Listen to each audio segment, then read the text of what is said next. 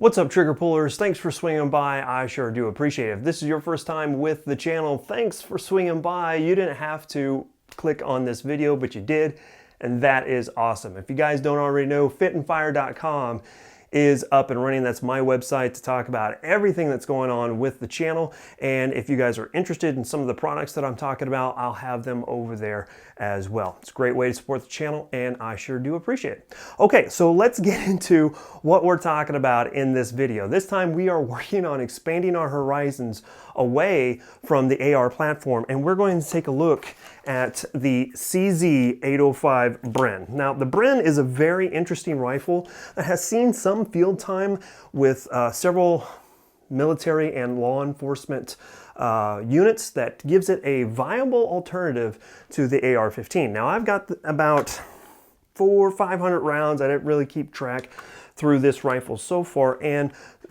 my initial impressions are extremely positive, but there are some concerns that I have with this rifle, and that's basically with every firearm that's out there. Everybody's going to have a slight concern, but at the end of the day, we're going to talk about the pros and we're going to talk about the cons of this rifle. So let's get into it. Where did the Bren come from? Well, this was developed not too long ago in the grand scheme of things as far as firearms goes. It was developed in 2006 by CZ, obviously, and it was developed to replace the VZ58 in the Czech Republic's arsenal. Since then, it has been adopted by a number of military and law enforcement units to include Egypt, France, Hungary, Indonesia, Mexico, Slovakia, Vietnam, Thailand, and India. So needless to say, it's seen some field time, and I think it gives it a little bit of a validity to a proven rifle. Now, one of the interesting things is that the French GIGN, it's kind of a SWAT team, national SWAT team for the French, I think. If I'm mistaken, please correct me in the comments below. But they went ahead and picked up 68 of the CZ Bren 2s that is chambered in the 7.62 by 39 millimeter caliber, and that is to replace the H&K 416.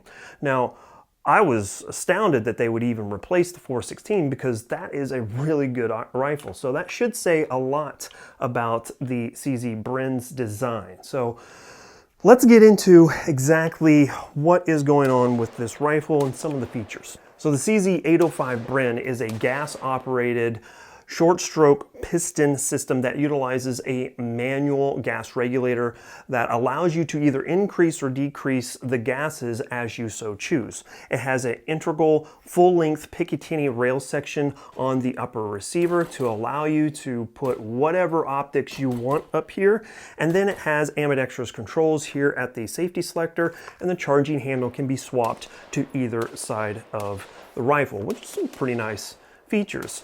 It is equipped with a cold hammer forged chrome line 16.2 inch 1-in-7 twist barrel that is standard 1/2 by 28 thread pitch here at the muzzle.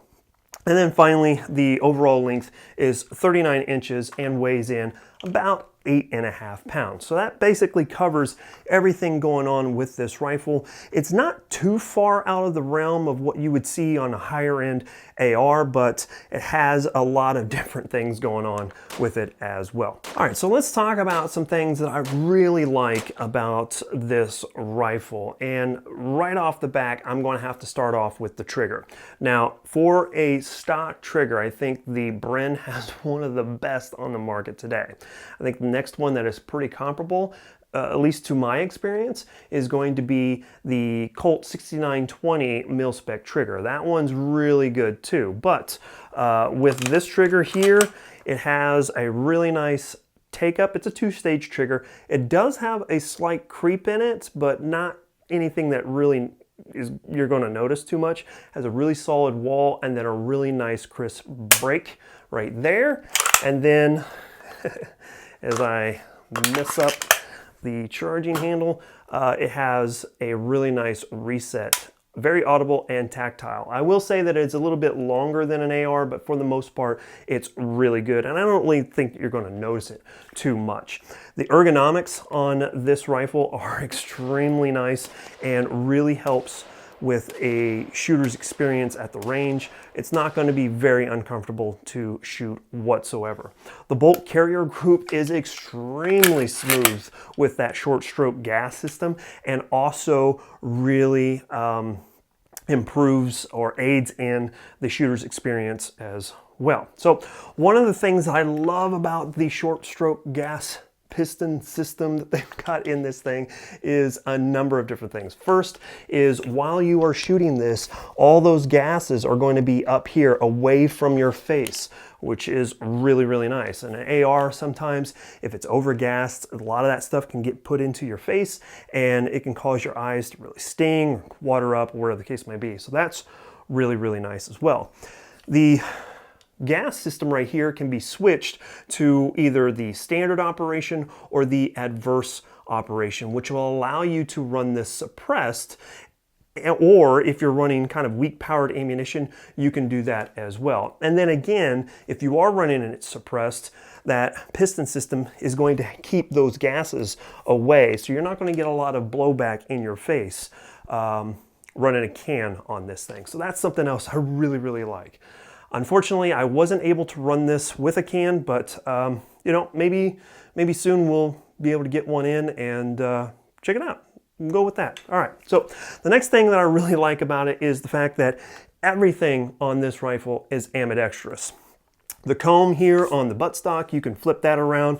The safety selector here, you can run on both sides, and then the charging handle can be ran on the left or the right side. Now I've got this over here on the right side, so I can run it like an AK.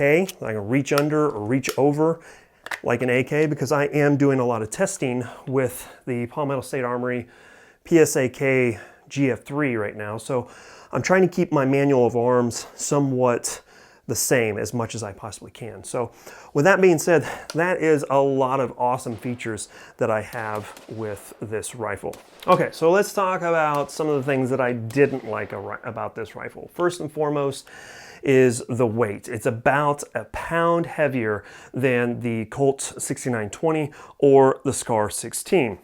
So if you're going to be carrying this rifle around for prolonged periods of time, if this is going to be a duty weapon, or maybe you jump into contracting, or even you're just going to own it and take it to a carbine course, if you're going to be carrying it for a long time, this thing is really going to beat you down, more so than a standard AR.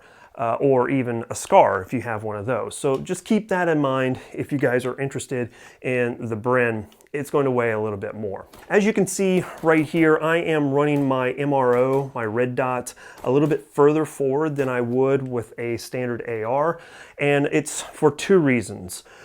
The number one reason for this is the ergonomic issue. I was talking about the things that I like. There's one small problem, and that is where the charging handle cycles right here. If you put the red dot here, you have a chance of really bashing your knuckles against the mount of the red dot. So what I did was I ran it forward, clear of my charging handle. I'm not going to bust my knuckles up. And then the other reason why I'm running it so far forward is because with this full-length Picatinny section, I can run it further away. That allows my right eye to have more peripheral vision. If I run this back further, then I'm going to have that optic right in my face, and I feel, just personal preference, feel that it's going to take away from my peripheral vision as well. So it also allows me to kind of locate that red dot a little bit faster in my perspective, but it's a preference thing. The biggest reason why I'm running it so far forward is because of the placement of the charging handle.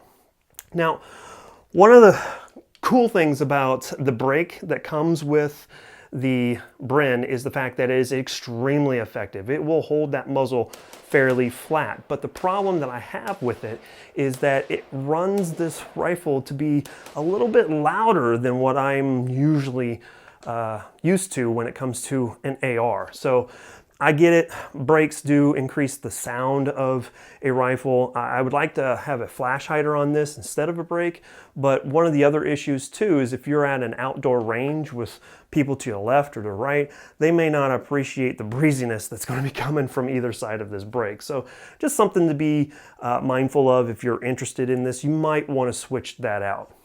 The other thing too is the fact that once you run this rifle out and the bolt locks to the rear, there's no bolt release, right? There's just a bolt catch right here. And if you press this button, it doesn't release the bolt whatsoever. So what you have to do is you have to rack it to allow it to go forward on a full magazine or an empty chamber, right? And that's not that big of a deal. You AK guys may be used to it with how you run the manual of arms on the AK, but for people who are very used to the AR, like myself, that was something I had to overcome. And it's fairly simple to overcome it. Just run some dry fire drills or, run it at the range for about an hour and you're good to go. So, but that's just something that I'm not used to, and I had to figure out how that ended up working.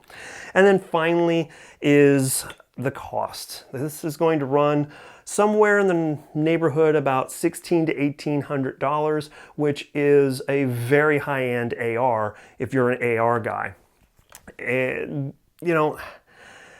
we live in a market world right now that you can find an AR-15 for about $500 if you're willing to spend a lot of money on a really high quality AR-15. You can still find one for about $1,200. So, that's a pretty hard pill to swallow when it comes to deciding whether or not the Bren is going to be right for you.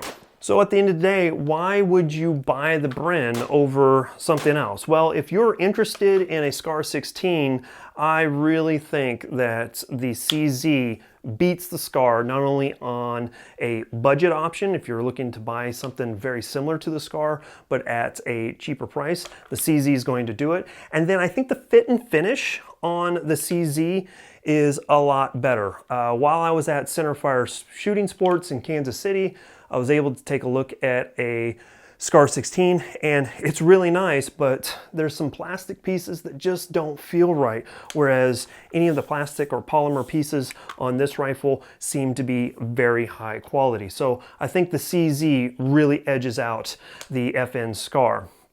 However, if you are a AR guy, as I've mentioned several times, then this may not be the rifle for you. For about $400 cheaper, you can pick up a Colt 6920, or for about $200 cheaper, you can pick up a BCM Ricky 16.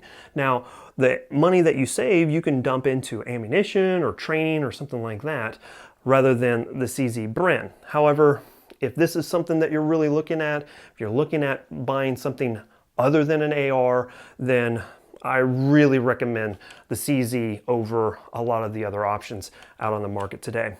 One of the other things too is you do have one of these and you show up at the range, you're going to get some glances, right? So, obviously the fold over stock is pretty nice. You can conceal it fairly well in a, like in a truck, or, if you have certain types of bags, range bags that you need to insert this into, you don't have to worry about the length so much.